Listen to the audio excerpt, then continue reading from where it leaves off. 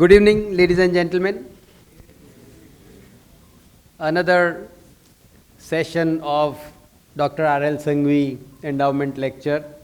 This is kind of a memorial lecture on economics. Dr. R.L. Sanghvi was personally my teacher, and we learned economics from him. And a stalwart that he was, and he would be known if somebody in this town of Ahmedabad, Chatterjee sir, if somebody talks about an economist, they will talk about Dr. R.L. Sanghvi. So a man, of course, a professor again, professor at AU, but erstwhile the AU was HL College, so he was a HL College principal. So thank you once again, ladies and gentlemen. An important lecture today. We have the best of the faculty today for our lecture. And to be honest, I was to leave after introducing, but I told my wife that I'm not leaving because I'm too keen to listen to this gentleman, because he's bringing to us a lot of insights naturally with his profile that we know. But before that, I'll just give you a background of Dr. R.L. Sanghvi's endowment program. And Dr. R.L. Sanghvi himself. So he was a Fulbright. Now we lost him before a few years. A Fulbright scholar and a former principal of HL College of Commerce, where I studied. I proudly feel so that I was there, and envisioned a broader engagement with economics beyond academia for the public benefit. His dedication to this cause led to the creation of this lecture series, which has since brought economic theories and practices closer to the public through discourses led by India and the world's top economists. And this is the 19th in the series that this lecture is. One of AMA's notable initiatives is this annual lecture, R.L. Sanghvi Endowment, which has become an esteemed platform for discussing critical economic issues. And certainly today's issue is as important on the relating it to AI for global health. The inaugural lecture took place in 1997, and since then we have hosted 18 insightfuls. Today is the 19th of them. Sessions on by various economists, public policy experts, thought leaders, and many more. Some of the last 4 or 5 speakers have been Mr. Arun Maira, the former member Planning Commission, and of course several of Dr. Montek Singh Ahluwalia, former Deputy Chairman Planning Commission, Shri Subhash Chandra Garg, Secretary Department of Economic Affairs, Dr. Krishnamurthy, Chief Economic Advisor to the Government of India, Professor Ravindra Dholakia, noted economist and former professor of economics and public systems at IIMA, and Mr. Yamal Vyas, chairman of 4th State Finance Commission of Gujarat. So we have had wonderful sessions, too much to take away, and certainly this has been a sought after for those who are interested in understanding the economics and the trends that are happening. So we try to make sure that this is more related to the current situation, current affairs also. Today we have with us Professor Chirantan Chatterjee, and I am very happy to introduce him. Professor Chatterjee, we call it FRECon or FREECon? It's a new thing. FRECon is okay. FRECon. I'm learning that how do I say FRECon, FRCA, FSA is a professional development, economics, innovation, and global health at the University of Sussex Business School. He also holds visiting positions at Max Planck Institute of Innovation and Competition, Munich, and Ahmedabad University. A founding fellow of the Royal Economic Society and fellow of Royal Society of Arts. He previously served at IIM Ahmedabad, IIM Bangalore, and ISB. His interdisciplinary research spans development, innovation, pharmaceutical economics, and global health, with publications in Management Science, Journal of Development Economics, Health Economics, and many more. He has advised the World Health Organization, World Bank, and UN bodies, and has delivered global keynotes with AI, vaccine policy, and health innovation. Dr. Chatterjee holds a PhD from Carnegie Mellon University and is deeply committed to mentoring scholars and advancing inclusive evidence-based policy. And of course, yes, IIT Roorkee, IIM Kolkata, and many more such that he is. So thank you, Professor Dr. Chatterjee. We are very happy to have you here once again. Thank you for, and we want you to come as often as you can to give us these insights on what is happening. And certainly today's topic is something that, and we are also YouTube live, and I'm sure there are going to be a lot of people who would be witnessing or having this program, watching this program live. So thank you once again as a token of remembrance and thanking you.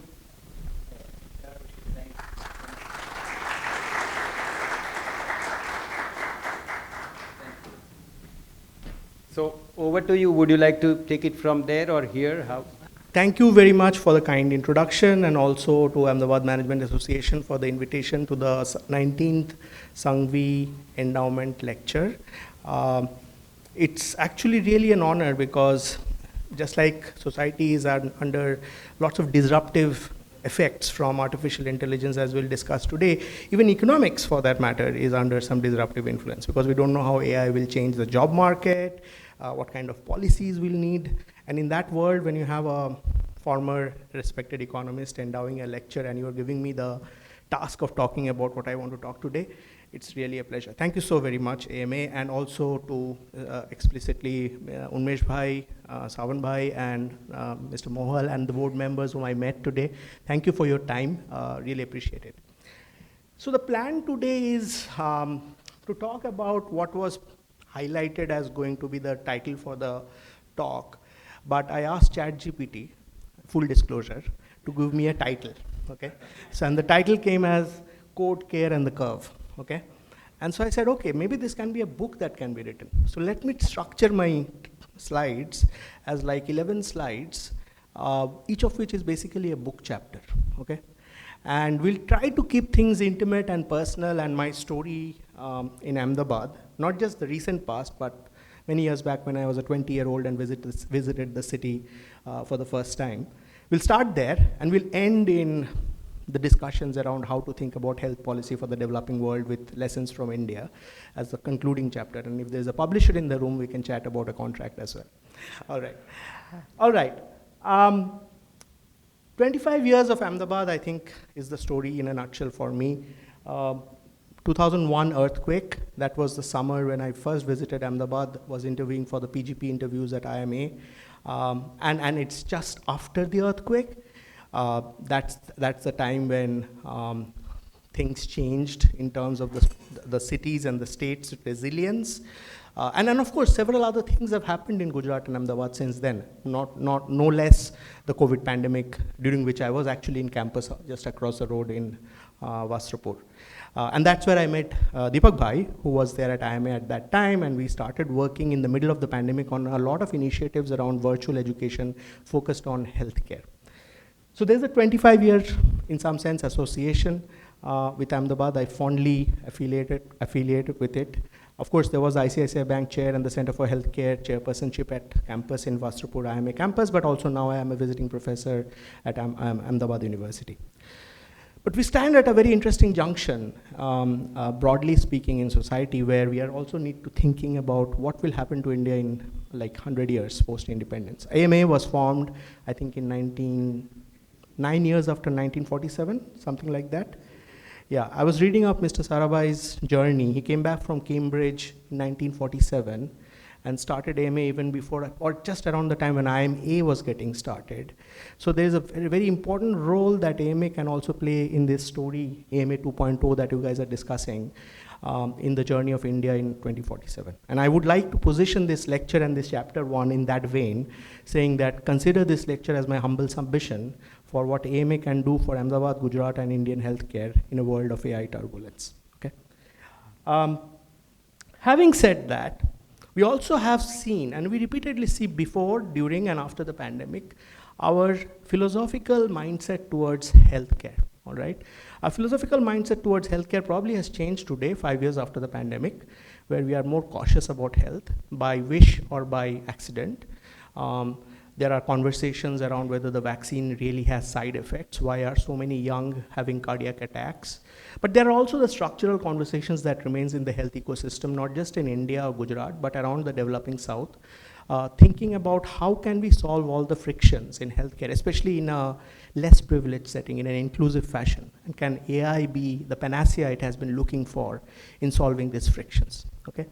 So the big question then is, and this was a debate that everyone is having around the world, how hard to lock down, how long to lock down, and does it affect economic outcomes when you are taking care of health as a first precedence, looking at the epidemiologists. So the big debate there was health really the wealth, or would wealth lead to health, right? And the research that gives this debate a special flavor is this particular curve coming from Preston, who basically picked up data from country time level information and correlated what is the relationship between wealth on the x-axis, GDP, and outcomes, life expectancy on the y-axis. And what you see is a couple of things to take away immediately, which is that if you are thinking of a causality where wealthy countries are supposed to be healthy, yes, in the initial stage of economic development, you do see a dramatic increase of the curve and a clustering of countries in this data set.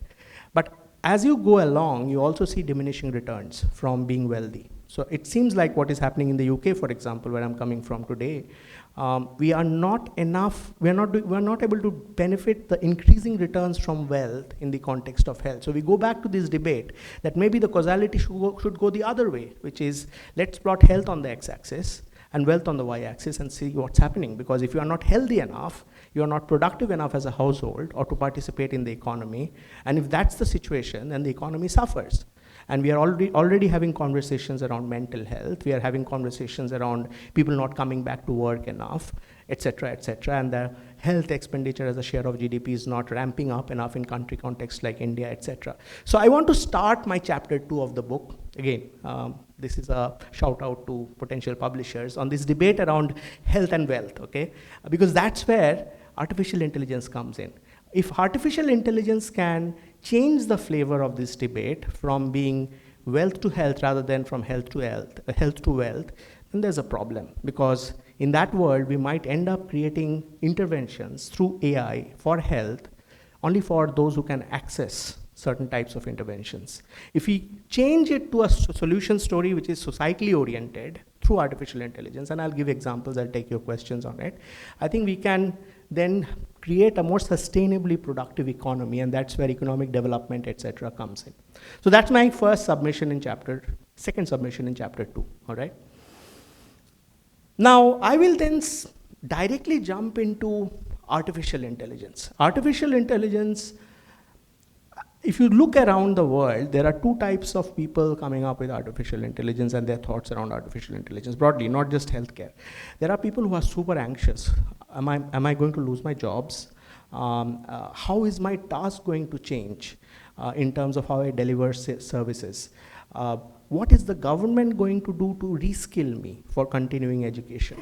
How is the government going to create a universal basic income scheme for short-run problems I will go through as the structure changes?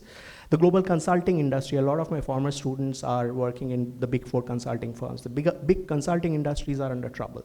The legal industry is under trouble. The healthcare industry, of course, the doctors are under trouble because they feel like if you can feed an ECG report or an X-ray machine like I was talking with Mr. Sarabhai today, you can actually intelligently prompt an artificial intelligence intervention to get solutions or at least a treatment pathway that may not need a doctor right away. So the doctor is legitimately worried that why should I actually go to the doctor where there are all these frictions to get appointments and you have to pay the visiting fees, and that too you have to like deal with an idiosyncratic doctor with his or her mood swings, right? So if you have an agnostic expert system that can help you in this journey in health or beyond health, maybe the story should be that we can go to that agnostic expert system. So the gentleman I'm talking about in chapter 3 is Jeff Hinton, who was actually at one time a postdoctoral scholar in artificial intelligence in Sussex, where I'm coming from today. But Jeff also got the Nobel Prize in physics, and he has been working with DeepMind and OpenAI and all the big AI entrepreneurship initiatives in the Silicon Valley, and he left his Google job, I think, because he was concerned that some of the things that are going on within the algorithmic black box seem to create the possibility of an AI that will take over human beings and the decision support systems. And what he said was this very interesting thing in 2016, and this is very, very moot in the conversation around healthcare.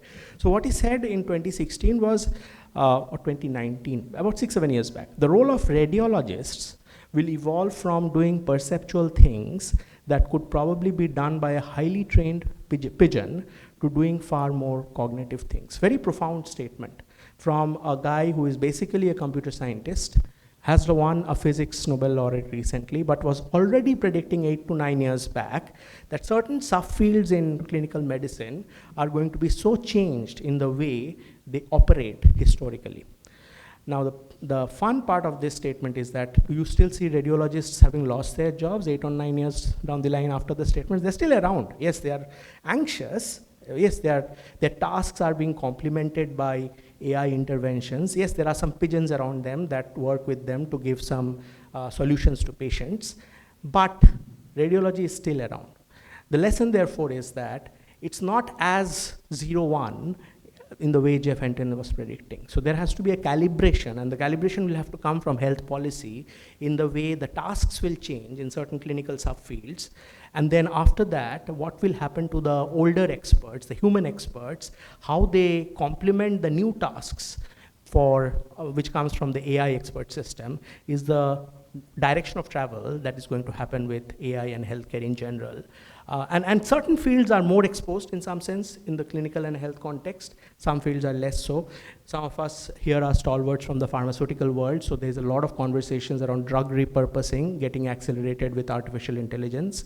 There are AI startups like In Silico Medicine who are working with just artificial intelligence and old drug target libraries to see if they can find new solutions for old diseases from validated targets in a faster fashion such that they can get molecules which are quickly going to solve some unsolved diseases of the world. And you can launch it vis-a-vis, let's say, the big discovery club that is there in the innovation space in the big pharma world in some sense. So I think there, the generic pharmaceutical industry in India has a great opportunity to use and work with tech and our software competence to create new solutions that are faster and in some sense cheaper, inclusive for especially the developing world, to give solutions that are more democratic and disease solving rather than monopoly creating. So that's my message in chapter 3, that it's not like you have to be a doomsday mongerer. Neither is it like you have to sit lazy and think like my job is not going to be touched. My job as a professor is going to be touched in 5 years time. So I have to be very alert in continuing education, embracing AI such that I can complement AI in my classroom, in my case study discussions, So that's my chapter 3. This brings us to a question around trust. Okay, the question around trust is that this is very classical. Okay, so this goes back to an old law in economics, which is called the Say's law. And the Say's law says that basically supply creates its own demand. So long as you have an AI engine which solves a disease or gives you quick solutions on homeopathy or allopathy, helps you read pictures, x-rays, scans quickly, it will quickly take over and find its demand in the market. You don't need to worry about demand. But empirically, when that theory from Jean-Baptiste Say has been tested, we have seen always that supply does not always meet demand. There's a supply-demand mismatch. And this is where you start thinking about the behavioral issues in how we are responding in this supply-demand story in the Say's law.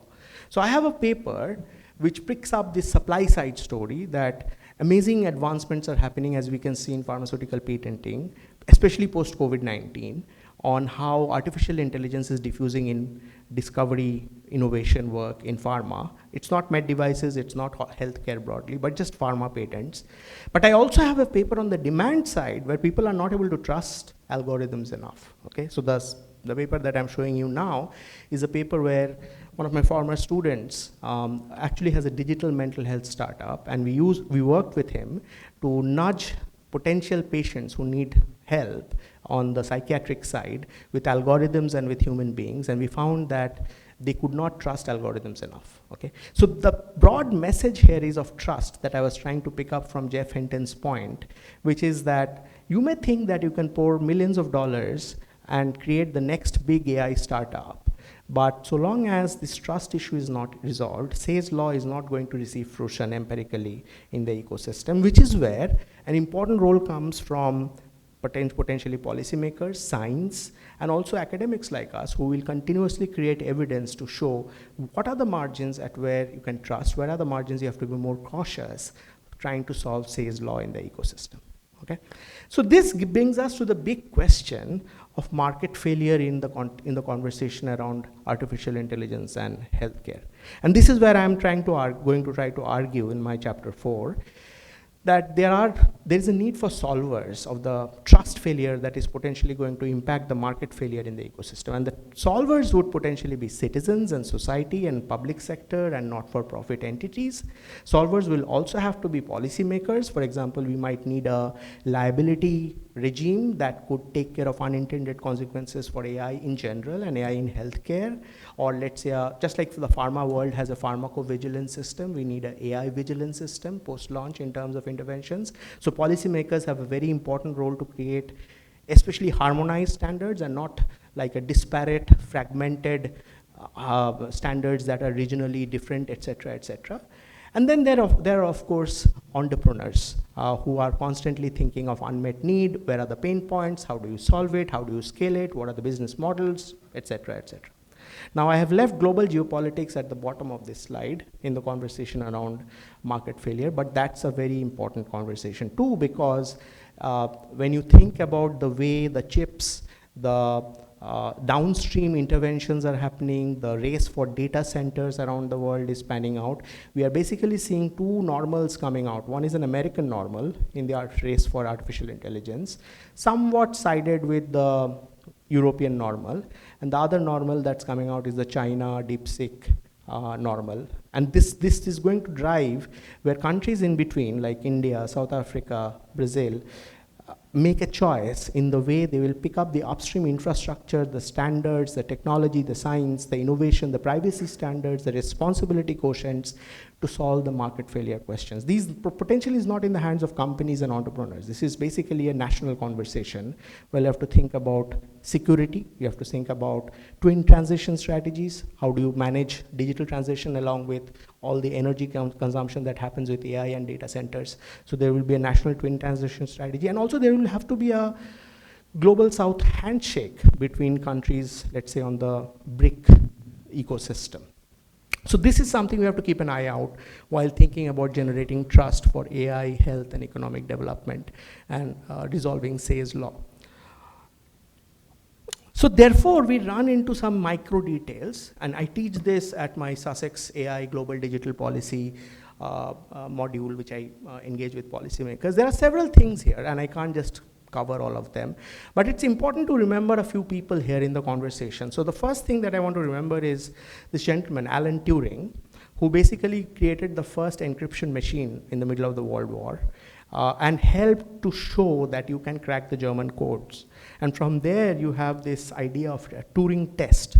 AI is basically a machine replacing a human being. So long as it is completely and efficiently replacing human being, you can say that, well, the machine has solved or surmounted the Turing test.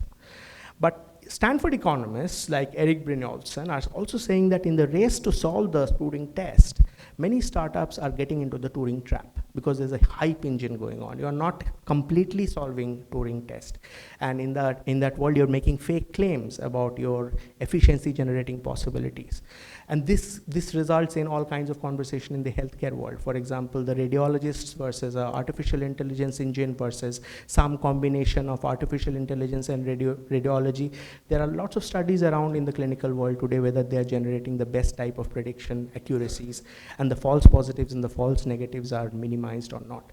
Point is that the solution to whether AI will solve health and be helpful for development comes from Turing test, but the recommendation should not also get trapped in the race to use a machine to replace a human being. That's the micro conversation. The macro conversation is something that has happened in past industrial revolutions. So, and AI is just another, it's like Industrial Revolution 6.0, but before we have had other industrial revolutions. The railroads came in, electricity came in, internet came in, computers came in. In fact, Bob Solow, another Nobel laureate economist, had this famous quip who's talking about, I can see computers everywhere, but not in the productivity statistics. It's almost like I can see these machines, but I don't see the productivity benefits of this. And AI is already starting to show these concerns from the economist side that I can see everybody talking about AI. There's a lot of narrative and stuff going around AI, but where are the productivity enhancements that AI will give us at the company level, at a country level, at the household level? And the reason it doesn't happen so fast is because each industrial revolution went through its own J curve. So what is picked up here, and you can look up, I'm requesting the organizers to share my slides, but basically this is a MIT study from Brynjolfsson and his co-authors showing that usually when you have these industrial revolutions, there is a pause, there's a initial downtrend in the productivity, which you see in the downtrend in this picture. And then over time, as adoption problems and frictions are solved, policymakers solve the market failures that I showed you in the previous slide, productivity enhancement starts happening with a lag. So you get this J type of a curve for every industrial revolution. You can expect that with AI as well, just like Bob Solow was grumpy about seeing computers everywhere and not finding it in the productivity statistics. And that's something that I wanted to also highlight along with my previous slide on chapter 4, which is it's a complicated world we are living in. You have to think about how machines are going to complement, displace, substitute human beings predicated on Turing tests and traps, but it's also about macro productivity conversations, especially also in a world where the demographic dividend is very interesting right now in the world. The Western countries are slowing down in terms of their total fertility rate. They're anti-immigration. The Eastern countries are more younger. So the Western countries are very quickly adopting the machines, whereas the Eastern countries are thinking, with my young population, how do I give them job in a world where the standard is being set by the global North? And the global South seems to be like only playing catch up. And this is where I would encourage everyone to think about forming a global South axis, because otherwise you will be told what to do in this industrial revolution itself, rather than you making a statement about how you want to do it such that it's inclusive and such that it pays attention to the grand challenges of the global South. Okay. I'm talking a lot. I'll take a lot of questions. I'll try to finish up quickly for those who have to reach out after the room. But let me continue, okay? Now, in all these micro and macro conversations, I think a big story is of ethics, responsibility, and whether AI will result in inequality. The IMF has a very interesting report out, I think, a couple of years back on maybe this will have unintended consequences between rich and poor nations. The rich nations will become richer. The poor nations will not be able to transition in the twin transition world that we talk in. They will only do a catching up, and this will create larger disparities, especially in a world where every country, poor or rich, are struggling with big public debts post the pandemic, right? So this is something we want to keep an eye out in terms of AI and inequality in a broader sense. There's also a story to be told about how do you think about ethics in this and responsibility in the AI world? So there are three things here. One is a story of distributional consequences. There was a book called The Idea of Justice by Amartya Sen, where he has a paradox called the flute paradox, okay? The flute paradox is Sen's way of saying that when you have a new innovation coming into society, there is always a tussle between the flute maker, the flute music producer, and somebody who will get a great living by playing music on the flute. So there are all these three types of stakeholders when you have a flute lying on the floor. And Sen basically says that what is then a just way to distribute the gains from flute to society, all right? And this essentially is the conversation that we are also starting to see in the artificial intelligence world, where we are struggling between who should get the biggest gains from artificial intelligence, the flute in this context. The ones who are making it, OpenAIs of the world, the ones who are going to create lovely creative outputs out of it, or the ones who actually need it to solve, like make a good living out of it, right? So, and this is where the policymaker will have to play an important role. The other important thing to think about is the danger of expert systems like AI taking over experts and then creating pseudo experts. Okay, and this is a conversation that we have seen in the social media world, where you have the Facebooks suddenly making everybody a woke activist, right? So if you have a doctor who is going to be completely displaced by an X-ray which plugged into ChatGPT is going to give you a treatment protocol, you will start behaving as if you are like a doctor. And this will create the Dunning-Kruger syndrome in society. The Dunning-Kruger syndrome in society is basically less of education, lots of confidence, and that creates complications in the way you are going to solve, especially diseases where you have human life and death and living consequences. And that's something to keep an eye out in the ethical conversation as well. The last point is Michael Sandel's, the Harvard ethicist, his point around the trolley problem. So the trolley problem, I'm not showing the video here. The trolley problem is basically whether a mechanical trolley with a pulley system can be handled by a human being versus an automata to decide which particular rail track they would be going into, killing a few versus killing a lot many. And with the advent of electric vehicles, the Teslas of the world, and I saw a BYD car on the Ahmedabad road, by the way, these days. So you can see all these roads coming, all these electric vehicles and robots coming into space. It might create a trolley problem situation where there are adverse consequences of adopting automation, and then you have to think about the response of society to it and the insurance and the liability regime around it. So these are complicated conversations that the policymaker has to solve beyond the trust issue that I highlighted in the previous slides. And to be honest, I don't think people are more forthfully talking about it because AI and the health and the development story is basically captured by three types of folks. One are the technologists, second are the lawyers, and third are the politicians. But we need more science-based conversations in informing these debates and frictions where there are open-ended questions with cultural issues in this story. The Chinese will not respond the way the Indian will, and the Indians will not respond the way the British guy will in the digital mental health context, for example, and we need to pay attention to science also to create the trust and solve the market failure as well. That's my humble submission in chapter 5.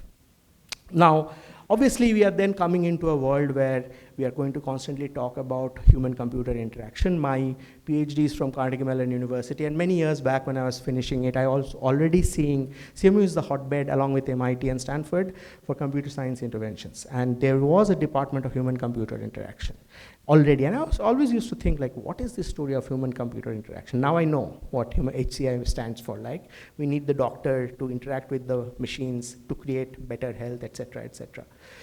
So one interesting thing here beyond health, I don't know whether you can read this, but there's a lovely book by the Japanese author Kazuo Ishiguro, and I know you have a Japan Center, called Clara and the Sun, where in the world where we are all becoming very lonely and we are so hooked into our phones, Clara basically gets artificial intelligence friend and talks about what happens to the human heart. We have children at home who are so plugged into our devices, they don't need the parents around them. In fact, they give you some very direct quips. It starts thinking like what's happening to the human mind and brain combination along with the heart.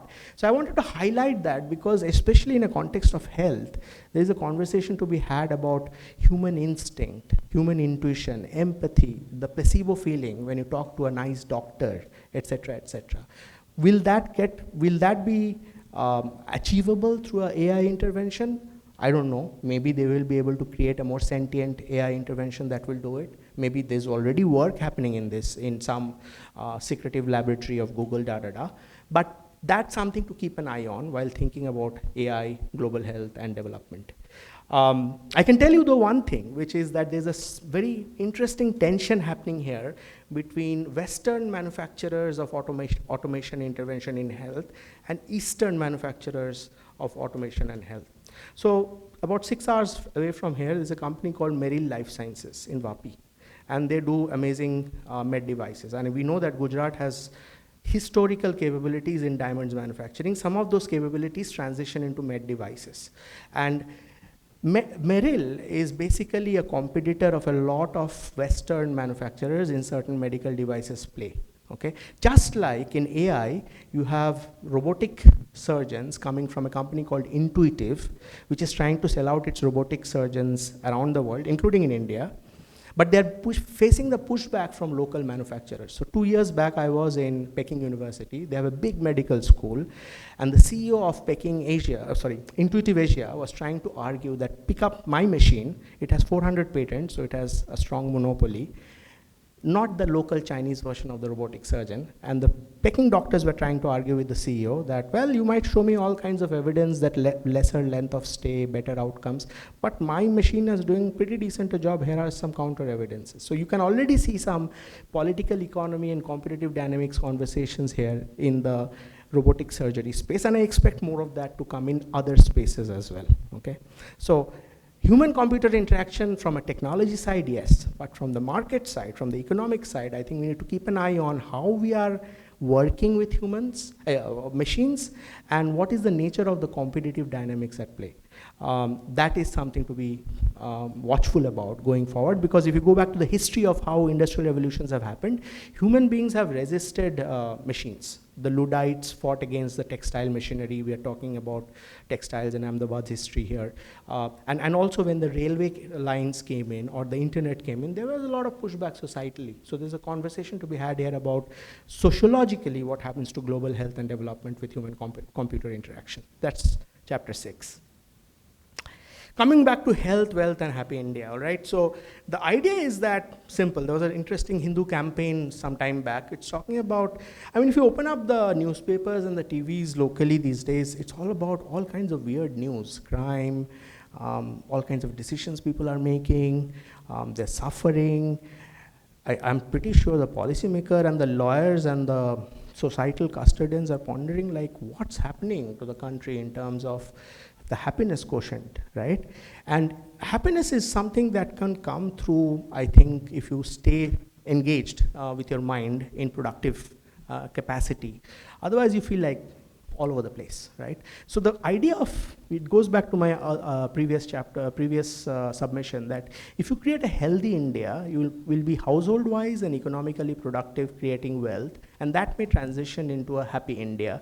This is like Sen's and Bhutan's model of a gross national happiness index, rather than not just a GDP index, that I want to humbly write about a little bit. The ideas are a little scattered, but you get the drift. Healthy, wealthy, and happy India, using AI as a potential intervention in that direction of travel. How do we do it? Well, the way to do it is not silos. The way to do it is not like, health is there, hospitals, doctors, policymakers there, technologists here, and then society there. It's about coming together and creating an interdisciplinary conversation around one world, one AI, and one health. Choices to be made between an American type of an AI ecosystem or a Chinese type of an ecosystem or India's own ecosystem, right? When DeepSeek was launched, Sarvam AI was also launched as an LLM alternative, but Sarvam AI did not really fly in that sense. At that same time, I know that there's work going on in different ISCs and IITs of the world where they're trying to create their new LLMs that will be very India oriented, given our own cultural and societal contexts. So we want to think about conversations that are interdisciplinary, where public, private, science, non-science entities, geographies. Why should Ahmedabad just be sitting with Ahmedabad and its history of pharma? Why can't it talk to Bangalore software ecosystem and create new solutions? That's my point about breaking the silos, okay? I was at the TCS 50th year in UK Innovation Conference a month back. And they were talking about working with Southampton NHS about some new interventions that are coming on the electronic medical records. And I was like, why should TCS not be talking with Fortis or AIMS to create solutions for India? Maybe they are, I don't know. But the point is exactly that we want to come out of like, I do these things this way because we are Western India. They do these things because they are like that in Southern India. Eastern India has its own idiosyncrasies. Northern has its own idiosyncrasies. We don't ever come out of our silos and do our interdisciplinary conversations in our places of comparative advantages. And I think AMA has that potential to show the leadership, not just in a within country context, but even in a within global south context. So just as an aside, I was actually chatting with colleagues in South Africa, in Brazil, in China. Everybody is actually looking post-pandemic at India and its health innovation ecosystem. What will it do to make sure that the lessons learned from the pandemic are not repeated for the next pandemic. And in that world, why can't AMA be a fulcrum for a Institute for Global South Health Innovation AI conversation, right? That's something to think about going forward in terms of breaking the silos, having interdisciplinary conversations. While doing that, we also have to be mindful of snake oil. Every time some new stuff comes in, people sell snake oils, right? And here I want to encourage all of you to read this book by Arvind Narayanan and Sayash Kapoor at Princeton, which talks about all this hype that has happened in especially health context, super important, right? And the snake oil story comes from this artificial intelligence hype cycle, especially relevant for health. So the artificial intelligence hype cycle shows how expectations change over time, generally for artificial intelligence. You enter into world of peak of inflated expectations. Like once ChatGPT was launched, my life as an academic changed. I teaching AI and policies changed. And then there were interventions. Sora came in, this Perplexity came in, Claude came in, Google Notebook came in. My profession as an economic scientist is going through its own transitions, because now you don't need human beings to write papers. AI can write the papers for you. AI can do the peer reviewing for you. So journals are struggling with whether you can trust the science that's getting generated with this AI. So all kinds of stuff is happening with the hype cycle story, right? So we want to be very careful about the snake oil that is potentially getting peddled, and create even more burden for critical thinking, the why and the how and who and what so what kind of questions that needs to come down to education and curriculums, etc. Finally, something around global digital health amidst global geopolitics, right? So there's a big conversation to be had around how politics plays into health, at the micro level and also at the macro level. I know that the WHO R&D Center is here nearby post-pandemic. We saw what WHO did or did not do during and post the pandemic. I think the basic message here is that as we do more digital health in the world of AI and hope that gives us economic development gains in a sustainable, inclusive fashion, we go back to Gandhiji, talking about optimization of how we can live as human beings, not just run after greed, but just thinking about living in a humble sense. The classic Japanese philosophies, for example, that can aid the conversation amidst the global geopolitics. One interesting aside here is the AI interventionists, OpenAI's, Google, Gemini AI of the world, are running out of data. So they are after all these global south economies like India, Bangladesh, for synthetic data so that they can train their next interventions. And you can see a lot of push coming from OpenAI and to open themselves in a lazy fashion, potentially, I would argue, such that they can get the new data coming out from these contexts, like India and South Asia. We need to be mindful of that, because that's basically a representation of human greed. What we may not require, if we are thinking about just human need, is a submission I would like to make in chapter 9. And lastly, let's not forget it's about health and whether we care about human beings, our fellow human beings. So there's a lovely book by K. Sujata Rao, former Secretary of Health of India. It's called Do We Care? It's basically our way of handling health in our societies. Not just Gujarat, Ahmedabad or India, but anywhere else. Keeps happening. We look the other way. We don't care, it seems, about bad consequences in society. Just this morning, I was talking with a friend, Anganwadis in Gujarat, this is on the Gujarati TV actually, they, I think 1,000+ children are not getting milk supplies because bureaucracy is creating paperwork problems. The question is, how are we going to accept, if AI can give us quicker solutions to solve the bureaucratic frictions, why should we not be adopting it? What kind of continuing education can be done such that bureaucrats can be complemented with AI interventions? That's something to think about. And especially for the vulnerable in society. I have this paper accepted last week on geriatric populations. We all have parents at home. They are not always part of the, let's say, the national or the state level health insurance systems, let's say for cataract care. And we see that story with the eye care system where the elderly are not getting fully covered in the context of health insurance, whether it's state level or national level. So I have another paper where we are saying that if you give money in the hands of women, they're not spending that money in the hands of, for their own wellness. They're actually spending it for the rest of the family. So these are some interesting conversations about vulnerable in societies like ours, which need to be attended to while we are thinking about AI and interventions and health insurance and universal health coverage, that we cannot forget in a broader conversation on whether we care as society. So overall, I go back to Martin Luther King and what he talked about inequality. He saw that of all the forms of inequality, injustice in healthcare is the most shocking and inhuman one, okay? And this happened during vaccine nationalism in various countries, including in South Africa. The Africans are really upset the way Pfizer's and the mRNAs of the world treated them. Only 17% got vaccinated in some sense. And they don't want to feel that shortchanged when the next pandemic coming around.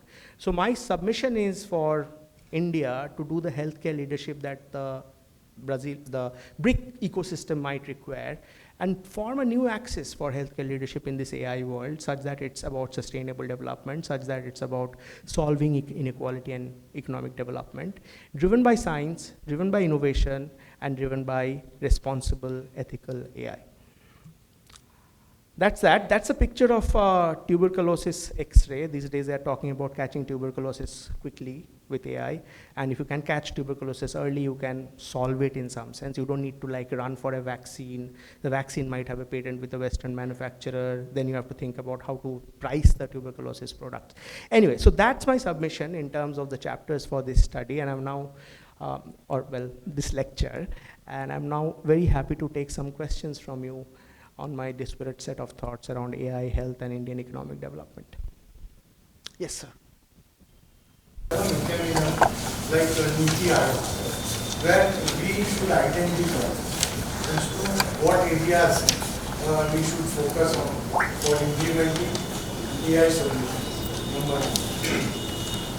Number two is we should not go by the publicity of vendors. For example, DeepSeek has something to say. Western manufacturers will have something to say. We need to have a customized model which is applicable to our country. In the ideal situation would be we could look at how Chinese have done. Because as far as the population is concerned, we are almost in a lot. So I would submit this, and the main implication could be litigation aspect. Absolutely. You know, if what happens if an AI tool fails, we have not thought of in India. So that's why I'm saying that we must have a proper infrastructure before jumping into, some propaganda of vendors. I totally agree with you. I don't differ with you at all. And in fact, I would say we need a national twin transition body where we do digitization of India. We have our lessons to take from fintech. We have our lessons to take from Aadhaar. But let's take also the potential failures there and make sure that our AI transition is more sustainable, more responsible, inclusive.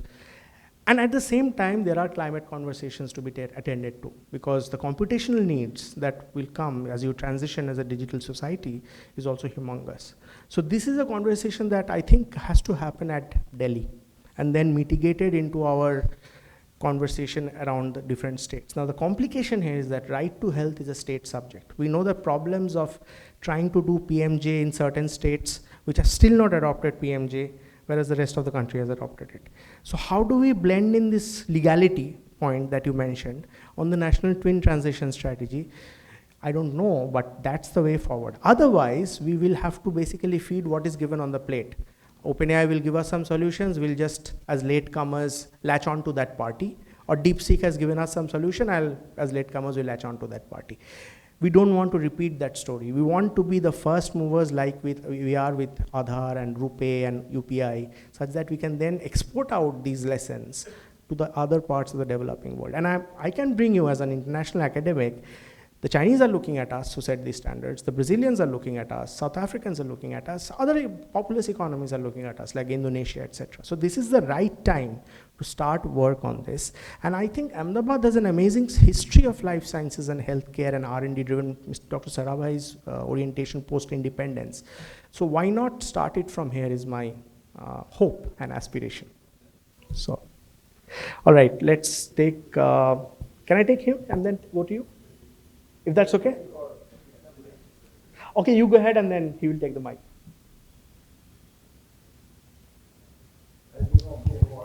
Yeah. Go ahead, go ahead. Yeah. I'm a radiologist myself. Sorry? I am a radiologist myself. Lovely. And I came to attend this I was knowing that you will be talking about the X-rays. I'm an old school man, maybe you can say. Whatever you said about the things, one of the branch which we always say is a clinical radiologist. Today's, any young radiologist doesn't go to the patient, they don't know the patient, they don't know the face of the patient. They just see the screen, type the report, and pass it on. So clinical radiology is there, and the most important for the doctor is empathy to the patient, to a human being. AI will come afterwards. We are forgetting that everything is in AI, especially in radiology. I have seen, because last 20 years this is going on. We have also been a part of those studies, and we have seen that no, not everything is there. If it was something like that, in UK and USA, you have traveled everywhere, everybody must have traveled, to get one simple X-ray chest done may take 3-4 weeks. Absolutely. And may even take 3-4 weeks to get the report. Where is the AI? It's empathy. Another 3-4 weeks for the doctor to call you. Yes. To discuss the And report. if it is a positive, then only. If it's a negative, then you just guess. Even in the USA, one of my friends, radiologists, eminent radiologists, could not get an appointment for sonography for 3 weeks. He came here and he did the sonography at my place. So what I'm talking about is empathy, which we need. Emotions should be involved with that.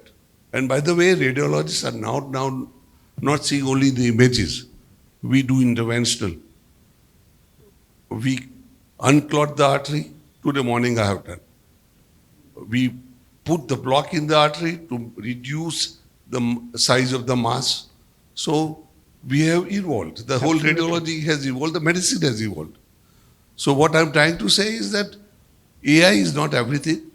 2 or 3 of my friends who are clinicians, they have put a board outside.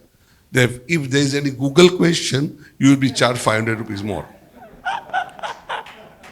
Good one. And the last thing, I'm sorry to say, but this particular X-ray doesn't show any tuberculosis. Thank you. Thank you, sir. I hope my father is watching, because he is an otolaryngologist and he would love your comments because he holds similar points. As I said, as a health economist, I totally share your views that it's about human beings first, human health first, and then comes interaction with the machine, which I was trying to argue as well. There's no debate on your points as well as my points. My point is about how to manage the transition and the speed of transition and continuing education. Medical education itself is also changing. They are wearing all these metaverse goggles, and anatomy education, etc. is changing. I know that in Sussex as well. So we have to see how that percolates downstream in contexts like ours. How do we bring in human empathy in that conversation, which is where the complementation between human beings and machines is so important to have a conversation on. If you remember, my topic was code, care, and curve. So maybe I should say that it should not be that. It should be care, code, and curve. So we can change the topic and make sure what is important in this conversation. But I love your intervention. Thank you. Yeah. Healthcare in the US has gone for a 6, as I would like to say. At this point of time, 19 to 20% of GDP goes for healthcare. And yet we are not seeing any significant improvement in physical health.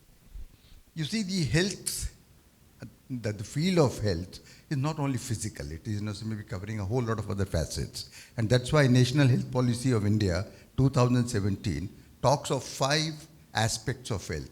Starts with preventive, promotive, curative, rehabilitative, and palliative. Allopathic system of medicine, as we are practicing, is recommended mainly for the curative part. Preventive and promotive, there is very little say in the allopathic system. And then rehabilitative and palliative, obviously there are other systems that are doing better. So in the policy here in India, NHP 2017, there is a recommendation and urge to combine Ayush and allopathy together if we want to have integrative, holistic health. And as you know, WHO has partnered India and they have created Global Center for Traditional Medicine in Jamnagar. I think this is the opportunity for us to really see how we can bring the two together. I would like to say homeopathy, for example, is eminently suited for artificial intelligence. In the field of homeopathy, you have to take the kind of a case which consumes good amount of time. That particular part can be very well handled by artificial intelligence, and then rest can be done by NI. In my opinion, we don't have to get bamboozled with what is happening, but we have to combine the two things and look at the benefits that will come through artificial intelligence, which will take out a whole lot of repetitive work, which is to be done. And then using the discretion, using the buddhi, using, say the kind of, intelligence, there should be a proper solution given to the people. Last but not the least, public health is not receiving much attention excepting for vaccines. It is said that vaccines is the only solution for public health. It's not correct. WHO is failing in its duty all throughout by putting all their thrust on vaccines, which are, to be very frank with you, I mean, for viruses, they are of very, very variable and very suspicious kind of, say maybe success. We have seen that in COVID and we will see it in others. So my question to you is, how do we use AI for public health in a manner that will be low cost, inclusive and affordable for the people? Thank you. The simple answer, you have to generate trust. Okay, you have to generate trust, whether it's about Ayush can complement allopathic medicine. You have to generate trust whether AI can help in public health. And the question is, how do we generate trust? I think the only way we can think about generating trust is through science. And then you have to create an architecture for evidence-based medicine. These evidence-based medicine techniques will require, now you can think about small trials, large trials, intermediate trials. You can think about simulated trials in a world where you don't actually experiment it on animals or human beings. But you need science for trust. And then you also have to have the creative energies to intervene, whether it's radiology or Ayush or public health or vaccine conversation. Because without the innovation, the science is meaningless. You are going to basically test an intervention, but before that you have the intervention in play. So you have to have that innovation work. And innovation work is not going to come out, so it's a national innovation system conversation. It's not going to come from a private body per se, it can't come on entrepreneurs per se. The public education ecosystem has a very important role to play. Our science and tech universities has to play an important role. And that's where innovation is going to come from. And the last part of the story is trust is also predicated around privacy. So health data, people are going to share data with a little bit of caution, right? God knows who is using that data for what purposes. Like in UK NHS, they're outsourcing some subsample of the data to Palantir Technologies, a Silicon Valley firm, for creating predictive machines. But many Britishers are upset that why is a non-British company getting access to this? So therefore you get this conversation, we run into this conversation of how you are going to create national health security and privacy, blended with innovation, blended with science, such that you run into trust, whether it's for Ayush, whether it's for radiology, whether it's for a pigeon, whether it's for ChatGPT giving you a treatment pathway. I think that's what we need to focus all the energies and conversations on. And we go back into trust for the legal and the national policy conversations the first gentleman asked then. Okay, that's my view as a, trust is not something which is a purely economic concept, by the way. There's an element of law here, there's an element, it's a very interdisciplinary idea. There's an element of psychology here, there's an element of sociology here. So we'll have to think about an interdisciplinary framework through we can generate trust in these conversations. Yes?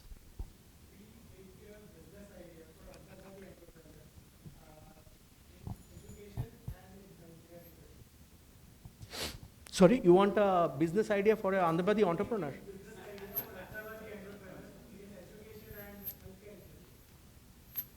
You mean you need my ideas?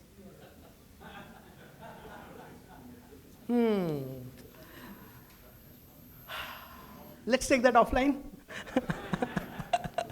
There's so many things to solve. Let's put it that way. Let's take the gentleman and then we'll come to the other. Yeah.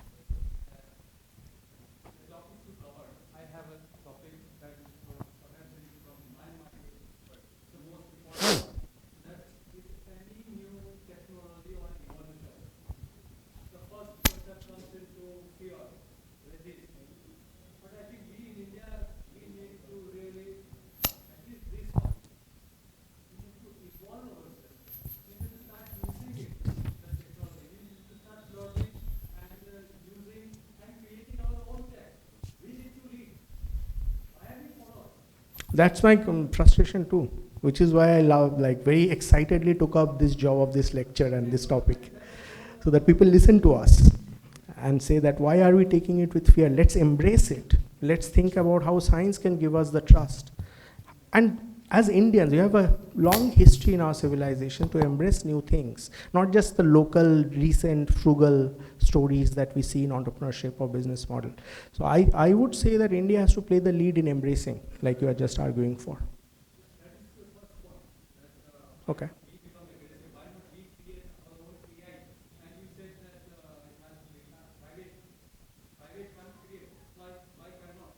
No, private can create. The question is, where is it? Exactly, that is it. I'll give you an anecdote on private efforts here. So I can't name the actors in this story, but there's a big multi-speciality hospital system which is looking around and seeing what EMR is doing with predictive algorithms. And is thinking about how can I create new predictive algorithms such that I can slowly displace my superstar physicians.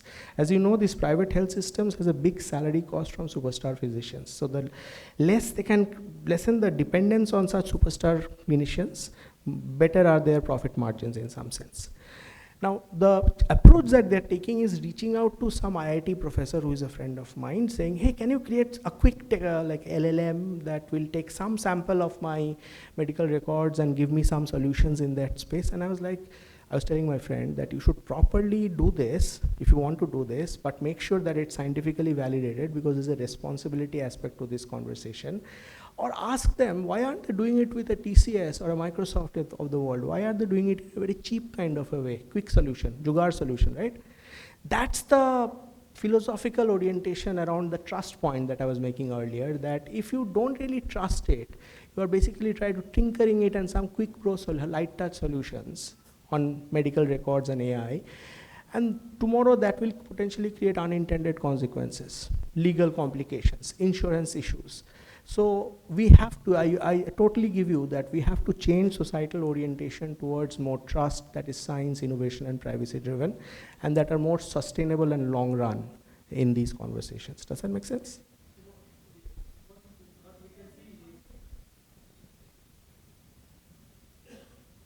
So, incidentally, I'm a doctor and I'm associated with a startup company of developing an AI for healthcare. So, Thank you for coming. Understood the questions and the points of everyone what they talk. But one thing which is completely untouched, I think people talked about business, science, clinics, and this and that, but is regulatory aspects.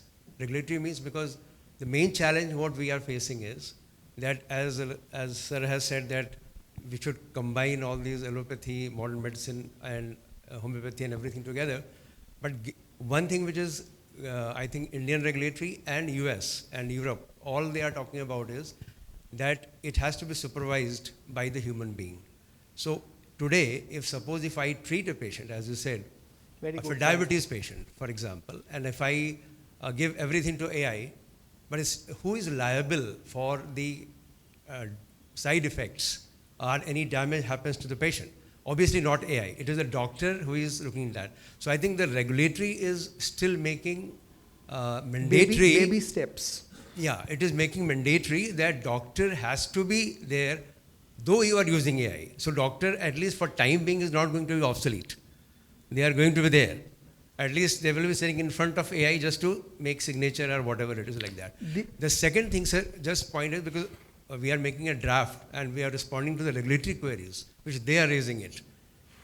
That how you are going to describe the benefit risk profile of your system and this and that. So I think by chance any comment, well, of course you are economist, by any comment of yours on regulatory of AI. Many comments. I can go on and on regulation and economics, okay?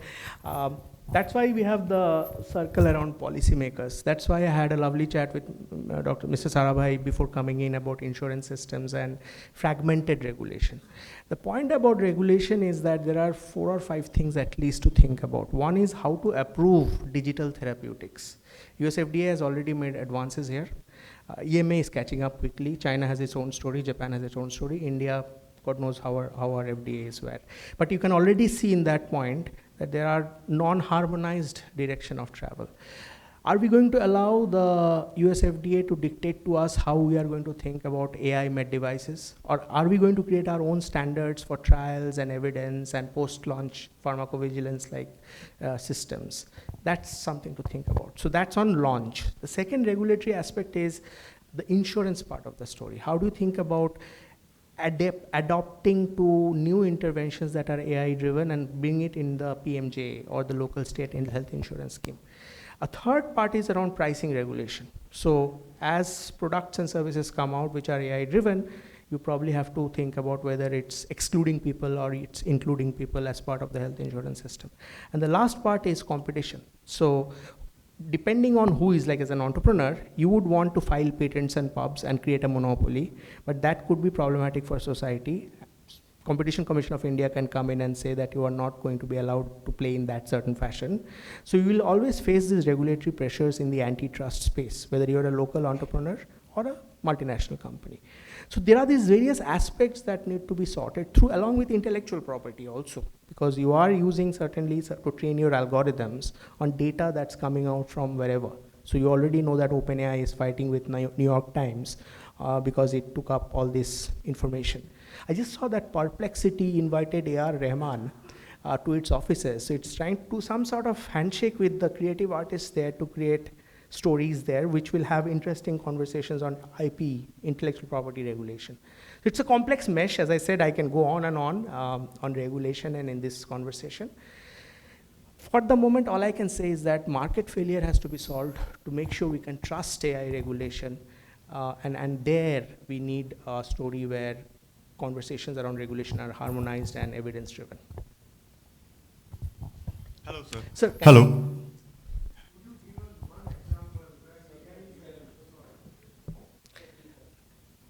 Yeah. Hello, sir. Sir, in the future, we'll be needing more and more AI engineers. So, when should we get into AI? In an undergraduate course or in a postgraduate course?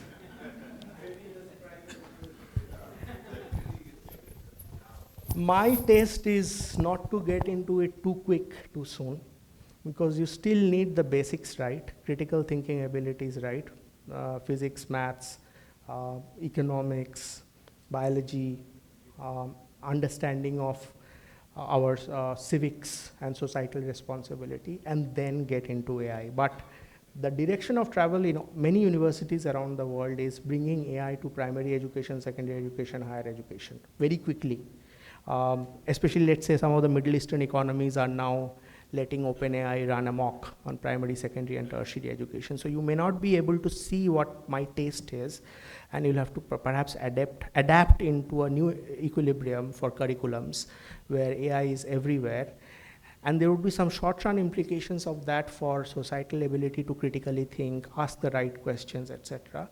But hopefully in the long run, we will learn along the way, and our children, I also have a 10-year-old at home, they will be able to bring more nuanced cognitive tasks to the story. There's a recent MIT study circulating that in a world where ChatGPT is doing everything for you, the kids are just not willing to think enough.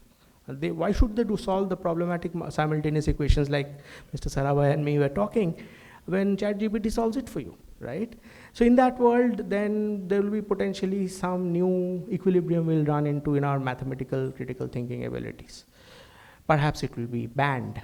Many universities are clamping down, saying we go back to paper pencil interventions. Perhaps it will be embraced, like universities in the UAE, etc. So the verdict is still not out there. But I think that for human, like somebody was saying, it's about human beings taking the help of machines to improve our productivity and our life and our happiness. At some point, we will end up in a story of revisiting the lazy race in AI that we are running, generally in society and also for AI, where regulation comes into play, where standards come into play. I am asked to talk about a little bit of my study around how there's an interesting puzzle that is coming from like a new paper that I'm writing. So the paper that I'm writing is showing that, there's an AI aspect to this. It's showing that when women are given more cash in their hand through a policy change in India, they are not really spending it on themselves, okay? And this is what we are seeing in two types of data sets. One is the electronic medical record data set from the LV Prasad Eye Institute in Hyderabad, and also in the CMI CPHS data sets. So the question is, what are women doing then? In the data, we are seeing that they're spending it on children's education, some of their other nutritional, preventive health needs, etc., not on getting themselves treated in hospitals, doing their checks, etc., etc. Now, if this is a puzzle, can we feed this information into artificial intelligence and create more sustainable, normative health policies that attend to the vulnerable that I was talking in the last slide, not just for women, but also for how, let's say, the elderly are getting excluded from health insurance system. This is the way, AI for good. You will see this terminology circulating in social media, AI for good. This is how we should be trying to think about using AI as a society like we are in India, rather than AI for the heck of AI, the snake oil story, right? So this is my humble argumentation today, that we have to think about AI to make our lives better, not because AI is coming and some fancy entrepreneur sitting somewhere in the world is saying, I adopt it and we'll get you a personal doctor in this conversation. Great, sir. Thank you. Okay, done? One last question. Maybe one last question here raised. Maybe two. Okay, quickly. Yeah. My name is Gunjan. I work on mental health. My question is, demographic dividend is supposed to be India's advantage. How can we make it not a disadvantage, knowing that our healthcare is a problem, mental health is increasing, and we cannot apply the Western model that is decreasing life expectancy with increasing cost? How can you do what? How can we protect our demographic dividend, which is supposed to be our advantage? My wife should have been here. She is finishing her PhD dissertation on digital mental health in Sussex. And her dissertation is showing that, again, we go back to science, innovation, and privacy.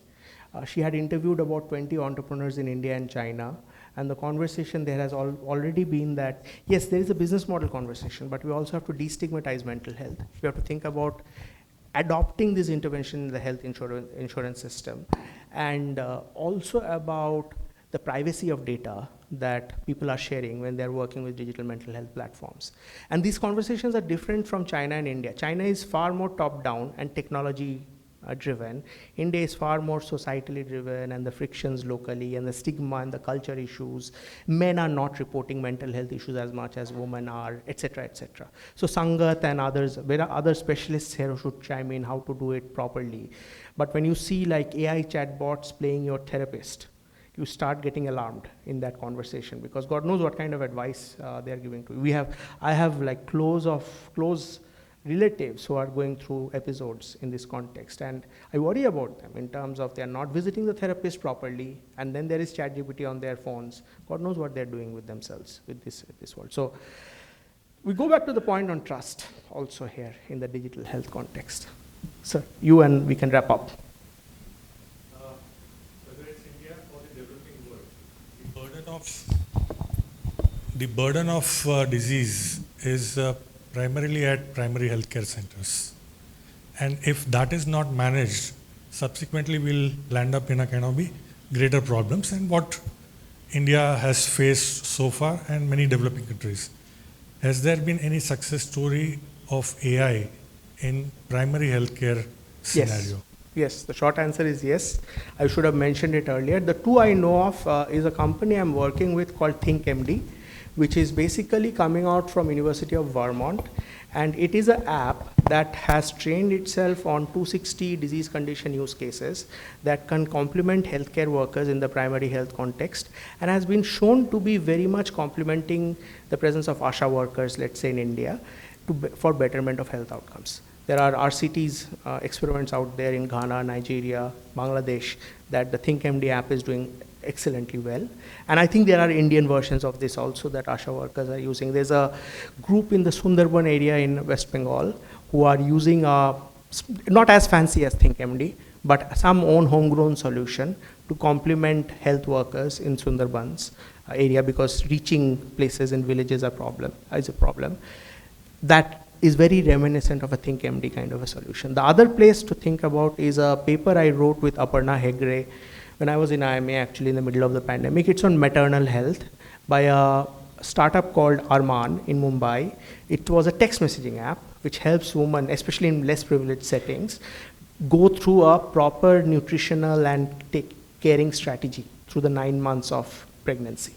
Now, Aparna has made it more fancy now, and is also scaling through the national Kilkari program, which is using more intelligent techniques and trained algorithms to help less privileged people in the primary health segment going through the maternal health context. So there are interventions out there where primary health is getting complemented with AI solutions such that it catches diseases early and reduces the burden of disease. So yes, there are some answers there. Can we wrap up, sir? I think otherwise AMA will get angry and may not bring me back again.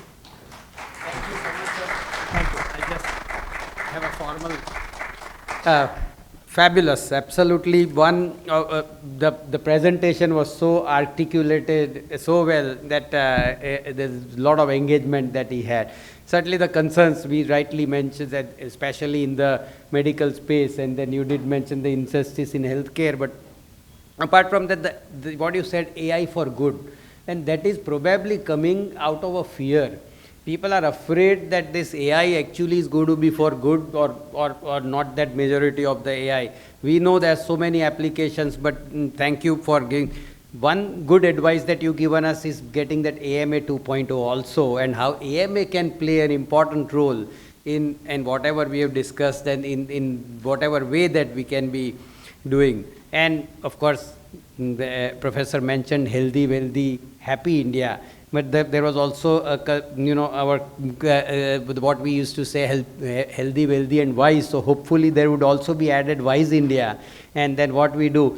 I had a question, but I think that question we'll keep it over. You mentioned that this will only create rich countries richer, poor countries, widen the gap. But where would be India?